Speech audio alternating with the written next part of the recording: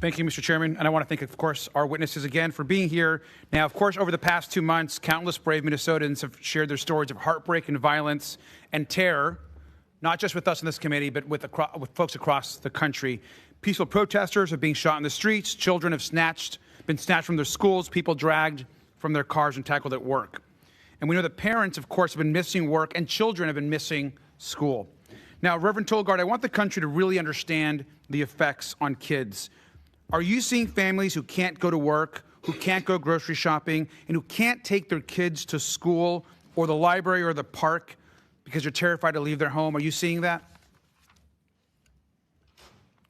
Yes, that's what we are seeing in Minnesota. And this includes, of course, U.S. citizens, right? We're talking about also families, U.S. citizen families, and kids who are United States citizens. Is that correct?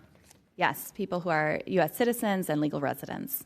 Well, thank you. I want to just show this image here. This is an image of some kids, including, by the way, one of Liam Ramos's classmates.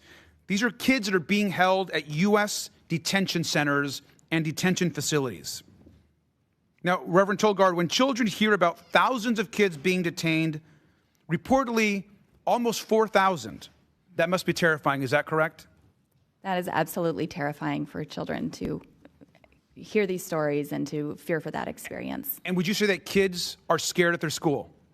Kids are scared at their schools. Parents are scared of what's going to happen to their children. Would you say that is correct yes, also? That is correct. Well, thank you. Now, we're discussing the violence and brutality that's happened, and I want to show another image that's kind of difficult, I think, to see, but I think it's important for the American public to continue to see it. Now, this is the driver's seat of Renee Good's car seat after an ICE agent shot her dead. Now, Reverend Tolgard, are families in your community afraid that this sort of horrific image could happen to them next? Yes.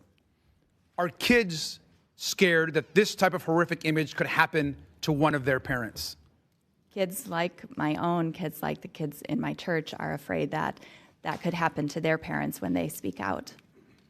And let's remember that an ICE agent specifically told a protester, have y'all not learned from the past couple of days? This is just 2 days after Renee Good was shot. That is being told to people on the ground in Minneapolis and across the country, across Minnesota, and it's not acceptable. We should be clear here. This violence does not make us safer.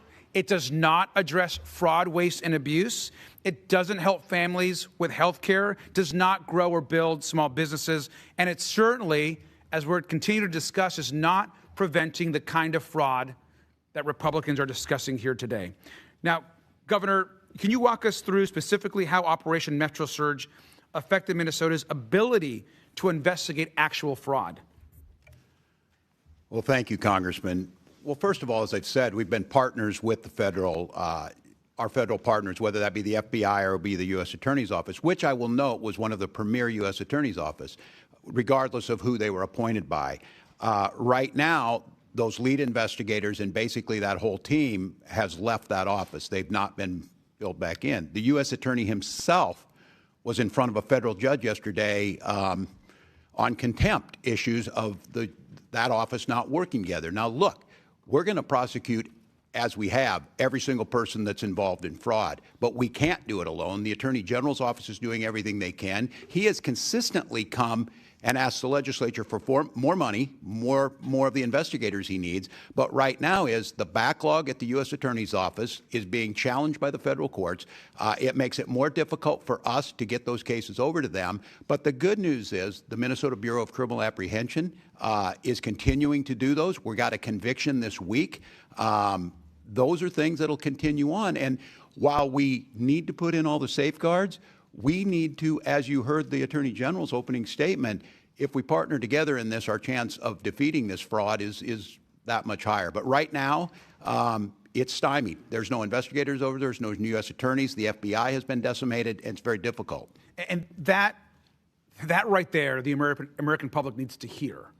I mean, it's completely outrageous what's happened to those that are actually trying to take on fraud in Minnesota and across the country.